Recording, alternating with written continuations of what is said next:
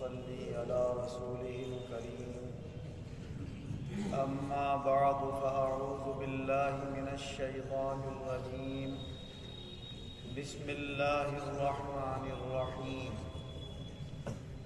إنا أنزلناه في ليلة القدر وما أدراك ما ليلة القدر ليلة القدر خير من ألف شهر۔ اللہ تبارک و تعالی اپنے کلام عظیم میں ارشاد فرما رہا ہے، بے شک ہم نے اس قرآن کو لیلۃ القدر میں نازل کیا ہے، اور تم کیا جانو کہ لیلۃ القدر کیا ہے۔ لیلۃ القدر 1000 مہینوں سے زیادہ بہتر ہے۔ تنزل الملائکۃ والروح فیہا بإذن ربہم من کل امر سلام ہی حتی مطلع الفجر۔ یہ لیلۃ القدر وہ مبارک رات ہے جس میں جبریل امین علیہ السلام اللہ کے فرشتوں کی جماعت میں ہو کر اس دنیا میں اترتے ہیں، اور اللہ کا ہر حکم لے کر وہ نازل ہوتے ہیں، اور ان کی دعائیں تمام عالم کے مسلمانوں کے لیے جو عبادت میں مصروف ہوتے ہیں اس رات فجر صادق تک ہوتی رہتی ہیں۔ حضور نبی اکرم صلی اللہ علیہ وسلم نے ارشاد فرمایا کہ رمضان المبارک کے مہینے میں جب وہ رات آتی ہے جسے لیلۃ القدر کہا جاتا ہے تو حضرت جبریل امین علیہ السلام فرشتوں کی جماعت میں اس دنیا کے اندر آ کر گھومتے پھرتے ہیں، اور جہاں بھی اللہ کے ذکر میں مشغول لوگ مرد یا عورتیں انہیں نظر آتے ہیں، چاہے وہ کھڑے ہو کر عبادت کر رہے ہوں، چاہے بیٹھ کر کر رہے ہوں، چاہے نفل پڑھ رہے ہوں، چاہے اور کوئی ذکر کر رہے ہوں، وہ سب کے اوپر رحمتوں اور برکتوں کی دعائیں کرتے ہیں، اور یہ سلسلہ فجر صادق تک قائم رہتا ہے۔ اور پھر اللہ تبارک و تعالی اپنے بندوں کی عبادتوں کو اپنے فرشتوں کے سامنے پیش کرتا ہے، اور ان سے فرماتا ہے کہ اے میرے فرشتوں، یہ بتاؤ کہ جو لوگ اپنی محنت اور اپنی مزدوری سے اپنا کام پورا کرتے ہوں انہیں ان کا کیا جزا ہونا چاہیے، کیا بدلہ ہونا چاہیے؟ تو فرشتے کہتے ہیں اے مولا، جنہوں نے اپنا کام پورا کیا انہیں اجرت بھی پوری پوری ملنا چاہیے۔ تو اللہ تعالیٰ فرماتا ہے کہ میرے یہ بندے جنہوں نے رمضان میں روزے رکھے، تراویح پڑھی، ذکر و اذکار کیے، اور پھر جب عید الفطر آئی تو یہ میری عبادت کے لیے نکلے، پکار پکار کر مجھ سے انہوں نے دعائیں کی، میں بھی اپنے سخاوت، اپنے کرم، اپنی بلندی اور اپنے اعلیٰ مقام کی قسم کھا کے کہتا ہوں کہ میں نے ان سب کی دعائیں قبول کر لیں اور میں نے ان کی مغفرت فرما۔ جب عید کی نماز پڑھ کر نکلتے ہوتے ہیں تو اللہ تعالیٰ فرماتا ہے میرے بندو، اب تم اس حال میں لوٹ رہے ہو کہ میں نے تمہارے سارے گناہ معاف کر دیے اور تمہارے گناہوں کو نیکیوں میں تبدیل فرما دیا۔ اب تم یہاں سے جاؤ گے تو تمہارا حال یہ ہوگا کہ تمہاری مغفرت ہو جائے گی اور تمہیں دوزخ سے نجات دے دی جائے گی۔ یہ لیلۃ القدر حضور نبی اکرم صلی اللہ علیہ وسلم نے ارشاد فرمایا، جس کی راویہ ہیں حضرت عائشہ رضی اللہ عنہا، کہ رمضان المبارک کے مہینے کے آخری جو 10 دن ہیں جسے آخری عشرہ کہا جاتا ہے، اس عشرے کی طاق راتوں میں سے کسی رات میں بھی یہ لیلۃ القدر ہو سکتی ہے۔ طاق رات کا مطلب یہ ہوگا آخری عشرے کی کہ 20واں روزہ گزرنے کے بعد جو رات آئے گی، 21ویں شب، اس میں بھی ہو سکتی ہے۔ 22واں روزہ گزر کے جو رات آئے گی، 23ویں شب، اس میں بھی ہو سکتی ہے۔ 24واں روزہ گزر کے جو رات آئے گی، 25ویں شب، اس میں بھی ہو سکتی ہے۔ 26واں روزہ گزر کے جو رات آئے گی، 27ویں شب، اس میں بھی ہو سکتی ہے۔ 28واں روزہ گزر کے جو رات آئے گی 29ویں شب، اس میں بھی ہو سکتی ہے۔ روایتیں اس کے متعلق مختلف ہیں، مگر 2 روایتیں بہت آتی ہیں، ایک 23ویں شب کی اور سب سے زیادہ 27ویں شب کی۔ حضرت زر ابن حبیش رضی اللہ عنہ روایت کرتے ہیں کہ میں نے حضور صلی اللہ علیہ وسلم کے خاص صحابی حضرت ابی ابن کعب رضی اللہ عنہ سے یہ سوال کیا کہ حضرت آپ کے جو دوسرے ساتھی ہیں حضرت عبداللہ ابن مسعود رضی اللہ عنہ، وہ یہ فرماتے ہیں کہ جو شخص پورے سال رات کو جاگے گا اسے لیلۃ القدر ملے گی۔ تو حضرت ابی ابن کعب رضی اللہ عنہ نے فرمایا وہ اس وجہ سے کہتے ہیں کہ لوگ کہیں ایک رات پر بھروسہ نہ کر لیں، وہ یہ چاہتے ہیں کہ ہر رات اللہ کے بندے اس کی عبادت کریں، ورنہ انہیں خوب پتہ ہے کہ یہ لیلۃ القدر رمضان کے مہینے میں ہو۔ اور فرمایا انہیں یہ بھی معلوم ہے کہ یہ لیلۃ القدر رمضان کے آخری عشرے کی طاق راتوں میں ہوتی ہے، اور فرمایا یہ بھی پتہ ہے کہ وہ 27ویں شب ہوتی ہے۔ اور پھر ابی ابن کعب رضی اللہ عنہ نے قسم کھا کے کہا، میں خدا کی قسم کھا کے کہتا ہوں کہ وہ 27ویں شب ہوتی ہے۔ تو کہا میں نے عرض کیا حضرت آپ اتنی تاکید کے ساتھ قسم کھا کے کیسے کہہ رہے ہیں؟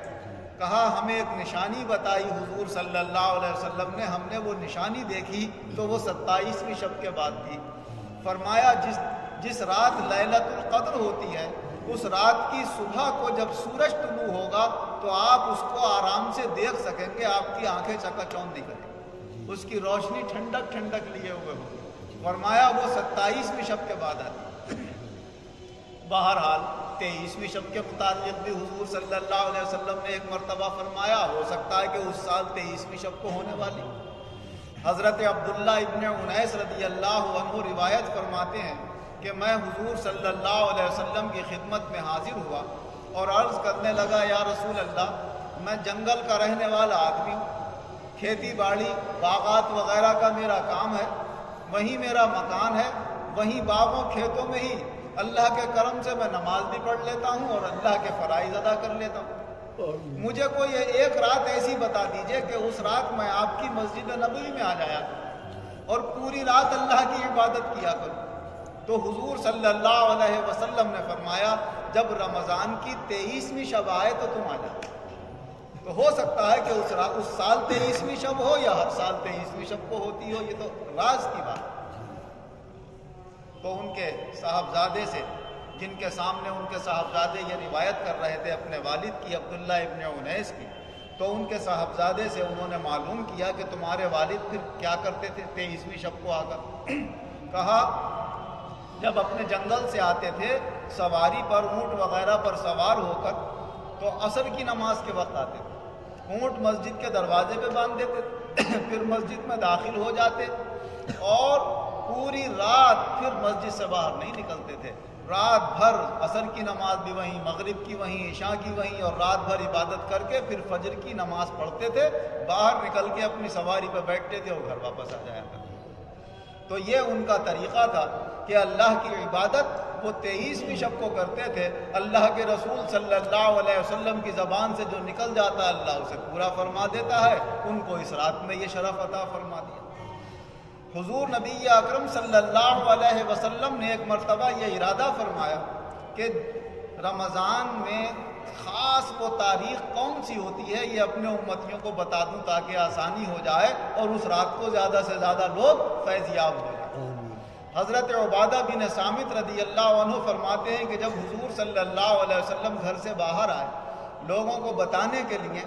تو آپ نے دیکھا کہ 2 مسلمانوں میں آپس میں جھگڑا ہو رہا ہے، آپ اس کے بیچ بچاؤ میں لگ گئے۔ پھر تھوڑی دیر کے بعد آپ نے فرمایا کہ تمہارے لڑنے کی نحوست کی وجہ سے اللہ نے تعین ہٹا دیا، اب تو تم پورے رمضان کی طاق راتوں میں تلاش کرو جب بھی ہو سکتی ہے، میں تو بتانے آیا تھا مگر تمہاری لڑائی کی نحوست کی وجہ سے ہو۔ تو اس حدیث پاک کی روشنی میں ایک بات یہ بھی میرا ارادہ ہوا کہ کہوں کہ فرائض و واجبات کے بعد نفلی عبادتیں سب افضل ہیں، لیکن اسلامی تاریخ، قرآن، حدیث کا جب مطالعہ کرو اور حضور صلی اللہ علیہ وسلم کی خاص نصیحتوں کو دیکھو تو پتہ یہ چلتا ہے کہ ساری نفلی عبادتوں میں سب سے افضل عبادت ہے آپس میں ایک دوسرے سے اچھا تعلق رکھنا، اپنے لڑائی جھگڑے ختم کرنا، پیار محبت سے مسلمانوں کا زندگی گزارنا، اور اپنے رشتہ داروں کے ایک دوسرے کے قصور معاف کر کے ایک دوسرے سے گلے مل جانا، اس سے بڑی میں سمجھتا ہوں نفلی عبادت کوئی نہیں۔ کیونکہ حضور نبی اکرم صلی اللہ علیہ وسلم نے فرمایا کہ وہ مبارک راتیں جن میں اللہ اپنے بندوں کے گناہ معاف کرتا ہے، اس رات بھی اگر دو مسلمانوں میں آپس میں لڑائی ہوتی ہے تو فرماتا ہے ان کی بخشش جب تک نہیں ہوگی جب تک یہ آپس میں صلح نہیں کرتے۔ تو آپس کی صلح اتنی اہم ہے کہ اس میں نفل عبادتوں میں سب سے افضل اللہ نے اسے قرار دیا، اور آپس کا لڑائی جھگڑا اتنا نقصان دہ اور اتنا نحوست والا ہے کہ جہاں یہ پہنچتا ہے وہاں پر سب کو برباد کر دیتا ہے اور ان کو طرح طرح کے نقصانوں سے دوچار کر دیتا ہے۔ اس مبارک مہینے میں ایک یہ لیلۃ القدر ہے جس کی ہمیں قدر کرنا ہے اور اس کو تلاش کرنا ہے، اور کوشش کریں کہ اللہ تعالی ہم سب کو توفیق دے کہ جو بھی طاق راتیں آئیں ان میں جاگ کر اللہ کی عبادت کریں، کیا پتہ وہ کون سی رات ہو اور اللہ کا کرم ہو جائے۔ اور کسی پہ تو اللہ کا اتنا کرم ہوتا ہے کہ جبریل امین علیہ السلام جو فرشتوں کے ساتھ آتے ہیں تو نورانی لوگ ہیں، تو ان کی پوری جماعت آسمان پہ جاتی ہوئی لوگوں کو دکھ جاتی ہے، جس کے اوپر خاص اللہ کا کرم ہوتا ہے، دکھ جاتی ہے انہیں وہ روشنی کہ یہ جا رہے ہیں اللہ کے وہ بندے، اور ان پر عجیب کیفیت طاری ہو جاتی ہے۔ ایسے بہت سارے لوگ ملے جنہوں نے اس خاص رات میں ان فرشتوں کا دیدار بھی اپنی آنکھوں سے کر لیا۔ بہرحال ایک عبادت ہے اس مہینے میں اعتکاف کی۔ حضرت عائشہ صدیقہ رضی اللہ عنہا سے روایت ہے کہ حضور صلی اللہ علیہ وسلم نے فرمایا کہ اعتکاف رمضان المبارک کے مہینے کے آخری عشرے میں کیا کرو، اور ہمیشہ حضور صلی اللہ علیہ وسلم نے بھی آخری عشرے میں ہی اعتکاف کیا، اور حضور صلی اللہ علیہ وسلم کے بعد آپ کی ازواج مطہرات بھی اسی میں اعتکاف کیا کرتے۔ اعتکاف سنت مؤکدہ غیر کفایہ، سنت مؤکدہ کفایہ یعنی اگر چند مسلمان اس کے اوپر عمل کر لیں تو سب کے اوپر سے ذمہ داری ختم ہو جاتی ہے۔ اگر ہر محلے کی مسجد میں ایک آدمی بھی اعتکاف میں بیٹھ گیا تو پورے محلے کی ذمہ داری ختم ہو جاتی ہے اور وہ گناہ سے محفوظ ہو جاتے ہیں، اور اگر کوئی بھی نہیں بیٹھتا ہے کسی مسجد میں تو اس محلے کے سارے لوگ اس اعتکاف نہ کرنے کی سنت کے قصوروار ہوتے ہیں۔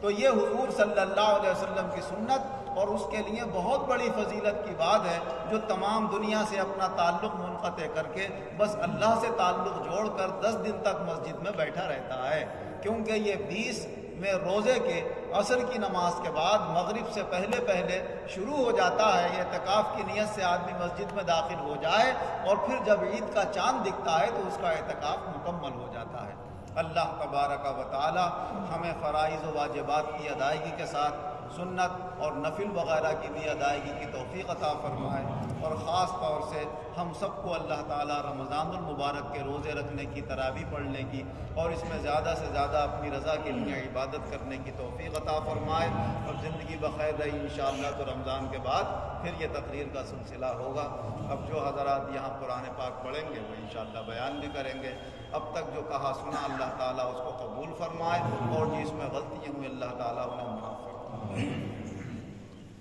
الحمد للہ رب العالمین والعاقبۃ للمتقین والصلاة والسلام علی خیر خلقہ محمد وآلہ واصحابہ اجمعین۔ اے اللہ ہمارے کہنے کو، سننے والوں کے سننے کو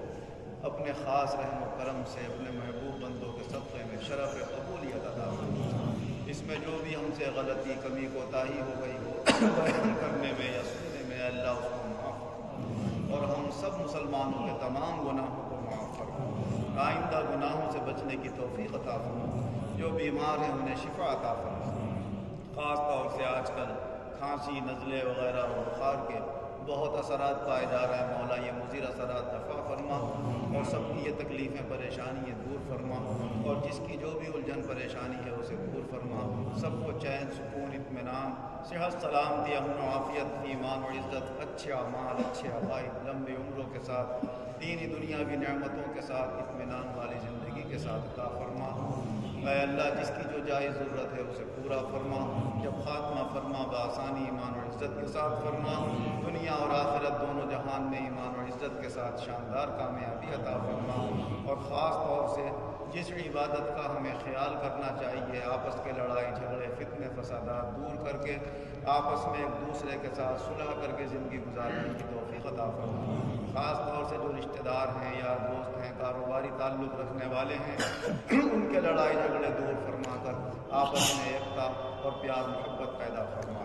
آمین بجاہ النبی الکریم و بحرمت سائر المرشدین، وصلی اللہ تعالی علی خیر خلقہ محمد و آلہ و اصحابہ اجمعین برحمتہ۔